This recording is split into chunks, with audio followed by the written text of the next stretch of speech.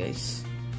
So ito ba yung gusto nyo gawin? Yung naka-ano siya sa monitor, nakatiklop yung laptop pero kahit nakatanggal yung charger. Ayan, wala siyang charger, nakatiklop pero gumagana yung monitor niya.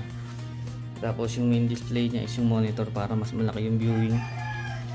So kung gusto niyo yan, ganyang ano, tuturo ko yan. Kaya let's go. Hi guys, so disable ko muna ng apps kasi ito yung kailangan download, mamaya sasabihin ko para makita nyo pinagkaiba ng ano pag tiniklop siya. Ayan, ito yung ano main display, ito yung mirror. So ituturo ko din kung paano yung maging main display yung ano para mas malaki yung viewing. Ito yung charger, hindi ko muna isasalpak para makita nyo pinagkaiba kapag nakatiklop siya na naka-disable yung apps. Ayan, so mamamatay yung monitor. Ayan, namamatay. So kapag may charger, dyan lang siya gagana. Ayan. So ano muna natin, ganyan. Ayan, diba? So pag may charger, saka lang gagana yan, pero naka mirror lang siya. Ayan, diba? So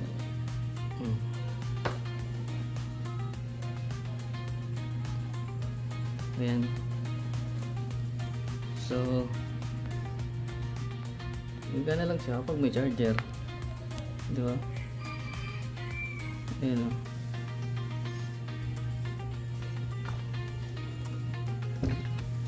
Pero pag install mo tong apps na to, kahit walang charger, gagana siya. So ito lang yun. So papakita ko paano i-download. Punta ka lang App Store. Ayan. Search mo lang Amphetamin.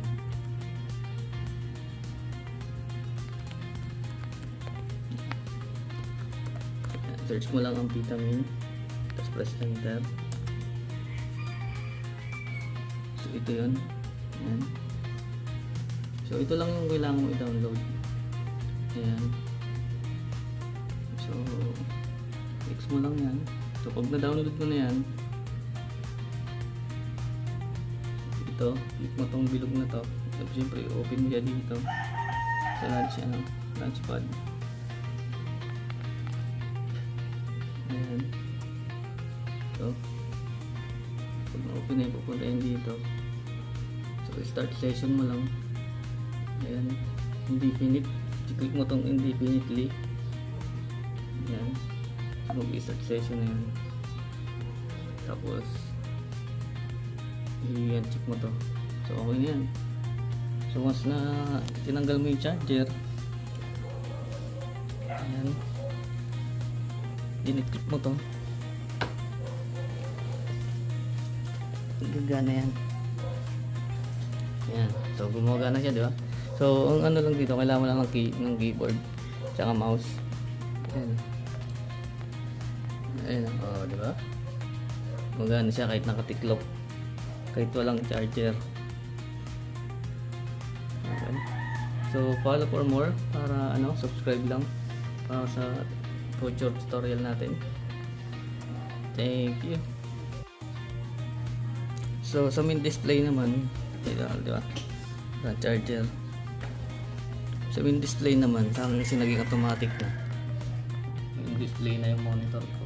So kung hindi naka main display yung ano nyo, yung monitor nyo, magtanong lang kayo sa comment section.